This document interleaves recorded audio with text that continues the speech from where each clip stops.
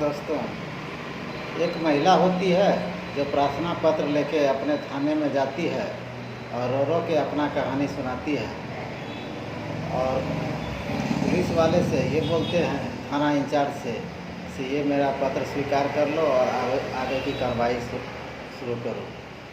तो इसी प्रकार से वो लेटर पढ़ लेता है पुलिस वाला और उसके बाद बोलता है कि इसमें से एक नाम जो है सो कट कर दो और दूसरा नाम पे जो है कार्रवाई की जाएगी। तो औरत बोलती है कि वही तो मुख्य आरोपी है और उसी के ऊपर से हम कैसे नाम कट कर देंगे। तो इसी प्रकार से आगे मतलब थाना प्रभारी के पास जाती है वो महिला।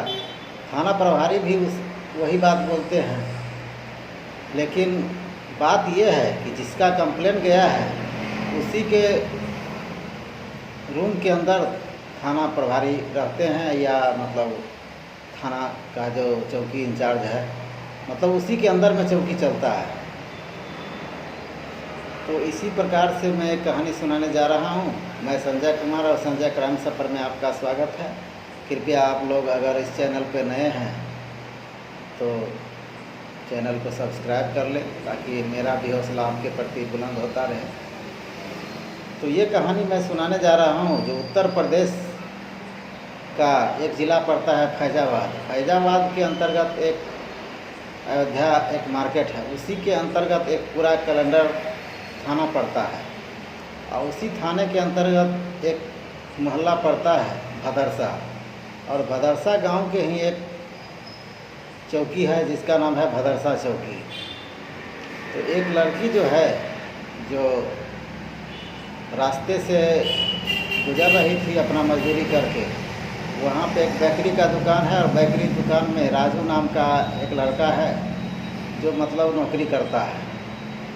वो बिस्किट लेके जाता है और लड़की से बोलता है ये बिस्कुट ले लो और चलो मेरे साथ, हमारा मालिक बुलाए हैं। तो बेकरी में गई है लड़की, उसके बाद बिस्कुट भी खाई है और बिस्कुट के साथ कुछ ऐसा चीज़ उसको खिला दिया जिससे वो मतलब नशा में व्याकुल हो गया।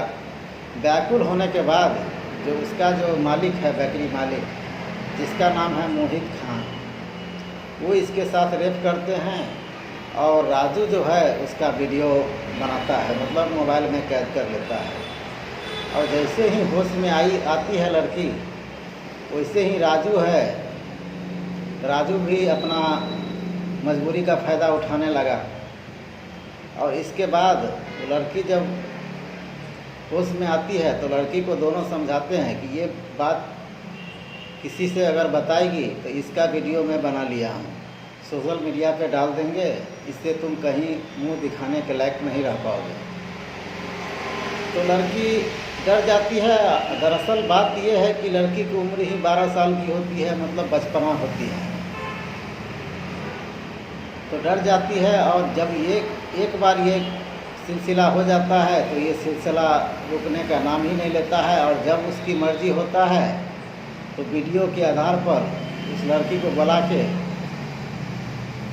रेप करते हैं। और रेप होने के बाद करीब 2-2.5 महीने का जब प्रेग्नेंट हो जाती है तो घर पे रहती है, उसके पेट में कुछ तकलीफ़ होता है तो वो अपने मम्मी से बताती है लड़की।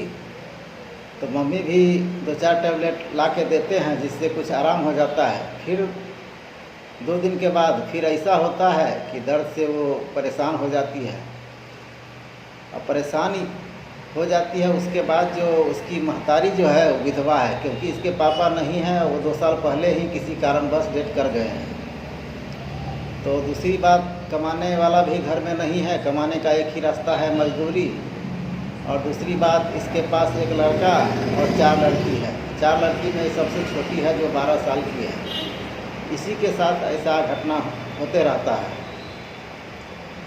तो जैसे ही वो डॉक्टर के पास महिला अपने लड़की को लेके जाती है और ट्रीटमेंट करते हैं तो डॉक्टर भी भौचक्के रह जाते हैं कि 12 साल की उम्र में 2 महीना की प्रेग्नेंट कैसे हो गई।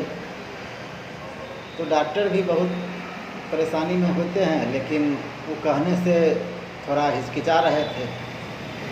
तो फिर कलेजा पर पत्थर रख के डॉक्टर ने इसकी मम्मी को बोला कि तुम्हारी जो लड़की है वो 2 महीना की प्रेग्नेंट है। प्रेग्नेंट के नाम सुनते ही उसके माँ के पैरों तले ज़मीन खिसक गई। वो परेशान हो गई और फपक के रोने लगी, मतलब चीख पुकार करके रोने लगी। और इसके बाद अपना घर गई और घर पे अपनी जो लड़की है बड़ा प्यार दुलार से उससे मम्मी पूछती है कि क्या तुम्हारे साथ ये कैसा हो गया और कब हुआ और कैसे हुआ। तो लड़की बड़ा डरी सहमी हुई थी, तो इसी कारण वो बता नहीं पा रही थी। लेकिन आखिर में लड़की जो है मम्मी से सब बात बता देती है कि जब हम मजदूरी करके आ रहे थे एक दिन, तो राजू नाम का लड़का है जो बुला लिया। अब बुलाने के बाद हमको बिस्कुट खिलाया। इसके बाद हम थोड़ा मतलब बेहोश हो गए और बेहोशी की हालत में हमारे साथ ऐसा काम किया। और एक काम करने के बाद बराबर वो करते रह गया।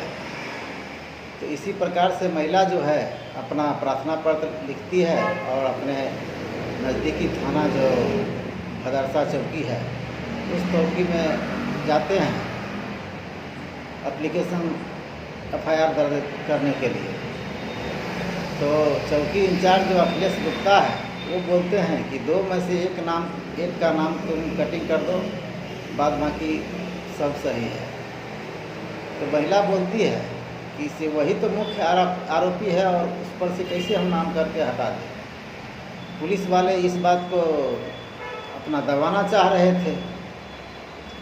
तो दबाते दबाते जब एक दिन ऐसे हुआ कि महिला अपने गांव समाज में कहीं जा रही थी, उसी कारण गांव के ही एक जो महिला है जो सामाजिक कार्य करता है उससे मिलती है और अपना कहानी सुनाती है।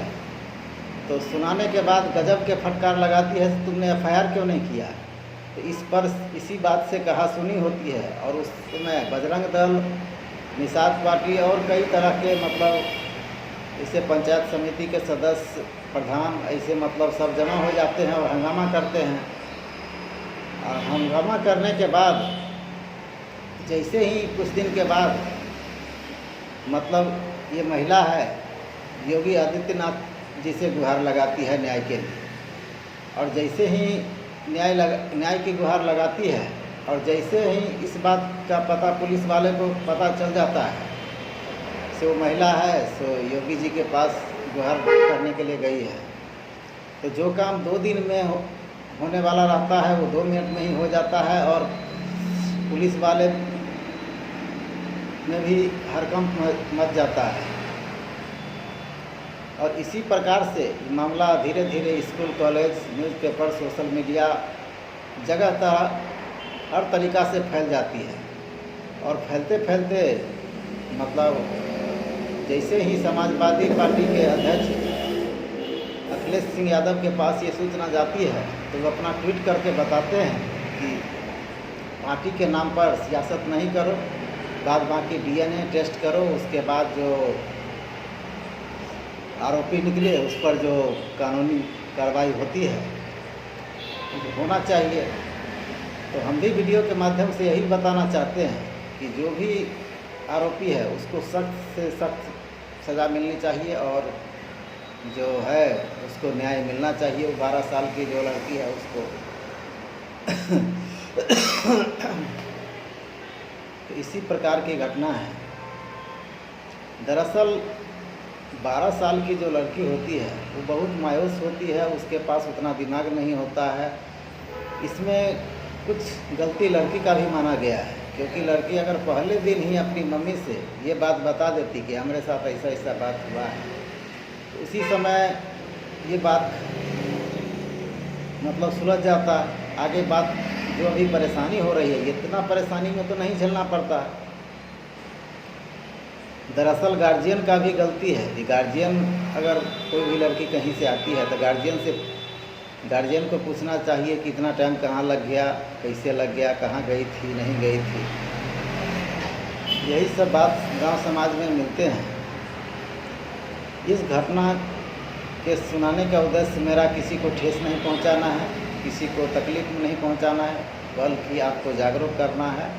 समाज में ऐसी गलत घटनाएं होती रहती है, आप सावधान रहें, जहां भी रहें सुरक्षित रहें।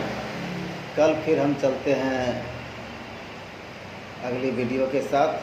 तब तक के लिए जय हिंद, जय भारत।